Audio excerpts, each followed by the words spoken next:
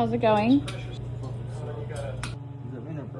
I said, are these all the parts you need for the rest of your transmission build? He said, nothing, because he told me he had everything he needed. No, you didn't say that?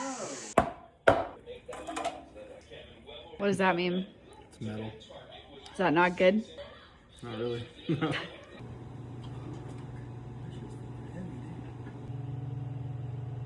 Yeah, this is supposed to stay in there. So what does that mean? Does that mean I broke something?